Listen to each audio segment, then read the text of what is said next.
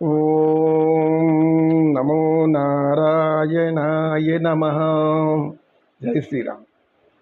శ్రీరామ రామ రామేతి రమే రామే మనోరమే సహస్రనామ తత్తుల్యం రామనామ వరానమే.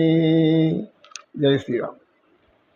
రామచంద్రుడు సకల గుణాభిరామం, 16 కళలు ఆయనలో నిండుగా ఉంటాయి. విభూతి మరలా పైకి లేచి, గురువుగారు గ్రామస్తులంతా కూడా సందేహం అడుగుతున్నారు, అది ఏంటి చెప్పగలుగుతారా అన్నాడు.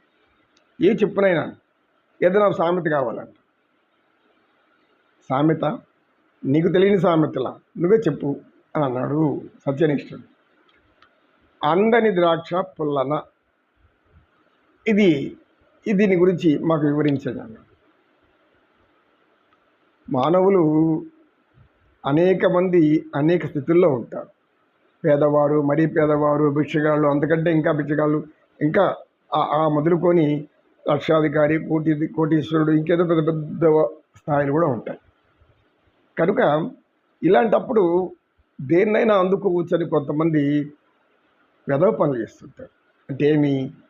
ఒక పరమ పవిత్రమైనటువంటి, పరమ పావనమైనటువంటి ఒక స్త్రీని, పుణ్యస్త్రీలను ఎలాగైనా రావణాసుడిలాగా అనుభవించాలని కోరుకుంటుంటాడు. ఇలా మానవులు కొంతమంది మనకు లొంగని స్త్రీయే ఉండకూడదు అనేటువంటిది ముఖ్యమైన కాంక్ష. ధనము, స్త్రీ అనేది మగవాళ్లకు అతి వ్యామోహాన్ని కలిగించేటటువంటి విషయాలని మన పూర్వీకులు చెప్పుకుంటూ ఉంటారు. కనుక స్త్రీలు ధర్మపరులు, పుణ్యాత్ములు, పుణ్యస్త్రీలు. స్త్రీలందరూ కూడా ఇప్పుడు మొదట పరంపావనులే. స్థితిగతులు మారుతూ ఉండవచ్చు, వారి పరిస్థితులు మారవుతుంది. అందరిని దాచు అంటే ఆమె పతివ్రత శిరోమణి, లక్ష్మితో సమానము, పార్వతితో సమానము, సరస్వతితో సమానము, విద్యాధికురాలు, ఇలా ఉంటుంది. ఆమె తన యొక్క మాన ప్రాణాలని కాపాడుకోవాలని ప్రతి స్త్రీ కూడా తన మాన ప్రాణాలను ఎప్పుడు కూడా భర్తకు తప్పితే ధర్మబద్ధంగానే ఉంటుంది, కానీ అధర్మం చేయాలనుకో. అటువంటి స్త్రీలు ఈ యొక్క భరత భూమిలో అడుగడుగునా కనబడతారు. స్త్రీ పుణ్యాత్మరాలు. ఎందుకంటే పరమాత్మ స్త్రీలను సృష్టించి మగవాళ్ళకి ఇచ్చారు అంటే ఎన్ని సేవలు చేస్తుందో, 9 విధాల సేవలు చేస్తుందని మనం వింటున్నాం.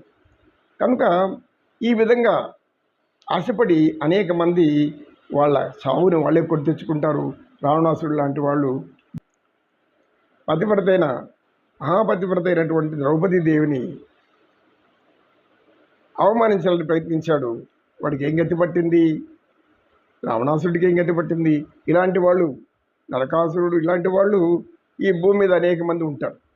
అంటే సనాతన ధర్మం కలిగిన మన భారతదేశం తక్కువ అని చెప్పాలి. ఇతర దేశాల్లో ఇది సామాన్యంగా ఉంటుంది. ఇక దేశాలను బట్టి, పరిస్థితులు బట్టి మారిపోతూ ఉంటాయి. మనం చర్చకొద్దు. మనం కావాల్సింది ఏమైనా ఎక్కడంటే, ఒక అడవిలో ఒక పులి ఉంది, పెద్ద పులి.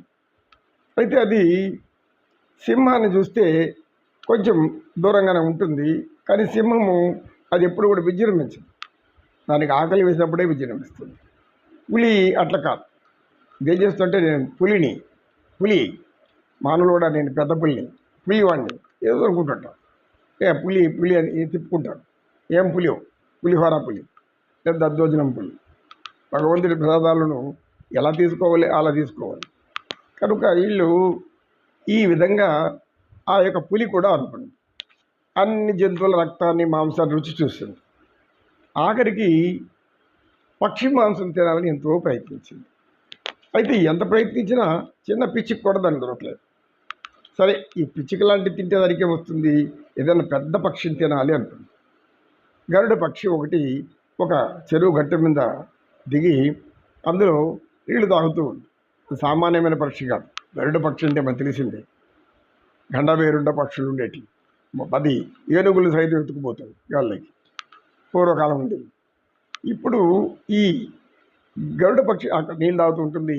బాగా పెద్దదిగా, లావుగా, బ్రహ్మాండంగా బలిసి ఉంది. ఆహాహా, దీన్ని ఇప్పుడు ఆహారం చేసుకుంటారని మెల్లిగా వెనక నుంచి పోయి దాన్ని మింగాలని ఎగిరి దూకింది. గరుడ పక్షి కొంచెం పక్కకు జరిగింది, అది నీళ్ళలో పడిపోయింది. కానీ దానికి ఈత వచ్చే జంతువులకి అన్నిటికీ సహజంగా ఇది కూడా మళ్ళీ వచ్చింది. గిడపట్టి చూస్తే ఇంకొక చిన్న బుట్ట మీద నిలబడుకొని చూస్తూ ఉంది. దాహం తీరిన దానికి ఆవలిస్తూ రెక్కలు అలా విసురుకుంటూ ఉంది నీళ్ళల్లో మునిగినందున. అప్పుడు ఈ పులి చూసింది, ఇప్పుడు తింటుంది. అతి వేగంతో మరికి దూసుకుంటూ వచ్చింది. గరుడ పక్షి ఏం చేసింది, దగ్గరగా నుంచి గాల్లో రెక్కలు ఆడిస్తుంటే పైకి ఎగిరింది. ఇది కూడా పైకి ఎగిరింది. వెంటనే దాని కాళ్ళు ఇరిగిపోయాయి. ఇరిగి అంత పని అయింది. అయితే ఈ పులిలో ఆవేశం తగ్గలేదు. చిన్న చిన్న జంతువులన్నీ కూడా గరుడ పక్షికి మొరబెట్టుకున్నాయి. అయ్యా, ఈ పులి దుర్మార్గ పులి మమ్మల్ని బతికించేటలా కాపాడంటే, అందుకనే గరుడ పక్షి అక్కడ దాన్ని ఏమన్నా చేద్దామని అలా ఆగుతూ ఉంది. అలా అలా తీసుకుపోతూ ఉంది ఇంకొంచెం చెట్టు మీద. చెట్టు అంతా కూడా ఎగిరిగలగల ఈ పులి ఎగిరింది. అట్లో మళ్ళీ గాలు దెబ్బతిన్నాయి.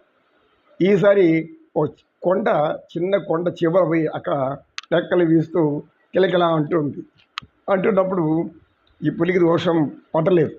నన్ను ఎగతాళి చేస్తున్నావు, చూడు నీ గతి ఏం చేస్తాను అని అక్కడ నుంచి పెద్దగా దూకి పట్టుకుంది గరుడ పక్షిని. పట్టుకోవాలి దగ్గరికి వెళ్ళినప్పుడు పక్షి పైకి ఎగిరిపోయింది. రెక్కలుండే పక్షిని కింద ఉండి ఏం చేయగలవు? వేటగాడైతే బాణంతో కొట్టగలడు, ఏం చేయగలుగుతాడు. ఈ పులి అంతే కాదు కదా, మూర్ఖుడు కాదు, పరమ మూర్ఖమైనట్టు పులి. మూర్ఖులకంతా ఇట్లాంటివి జరుగుతూ ఉంటాయి. మూర్ఖులు అందరాన్ని అందుకోవాలని ఉన్నప్పుడంతా ఇలా అవమానాలు జరుగుతాయి. కొంతమంది ఏం చేయడం పెద్ద పాపకర్మలుగా కూడా మారుతాయి. ఇటువంటి పాపాలు వాళ్ళకి పెరుగుతూనే ఉంటుంది. ఒక పుట్టలాగా పాపాల పుట్ట కొండ పెరిగినట్టు పెరుగుతుంది. ఆ తర్వాత కలియుగంలో ఇప్పుడు కర్మ ఇప్పుడే అంటే మరుసటి రోజు, ఆ తర్వాత ఒక కొద్ది కాలంలోనూ అనుభవించాల్సిందే. ఆ మరో యుగాల్లో అయితే మరో జన్మలు. కలియుగంలో ద్వితీయ పాదం, రెండో పాదం దాటుకుంటే ఇది వెంట వెంటనే ఇంకా ముందే కనబడుతూ ఉంటాయి ఫలితాలు. పుణ్యకర్మ అయితే పుణ్య ఫలితం, పాపకర్మ అయితే పాప ఫలితం. ఇప్పుడు ఈ యొక్క గరుడ పక్షి ఎప్పుడైతే గాలి అలా నవ్వుకుంటూ ఎగిరిందో అరుచుకుంటూ, ఈ పులి ఎగిరి దూకి లోయలో పడి దాని ప్రాణాలు కూడా పోగొట్టుకుంది. కనుక అందరి ద్రాక్ష పుల్లన అనుకొని అందం దానికోసం ఆశపడకూడదు. అందరిది అందుకోవాలన్నప్పుడు అవమానం జరుగుతుంది అనేది కూడా ఈ సన్నివేశంలో, ఈ సామెతలో మనకు పెద్దవాళ్ళు చెప్తారు. నమో కృష్ణ, నమో కృష్ణ, కృష్ణం వందే జగద్గురు.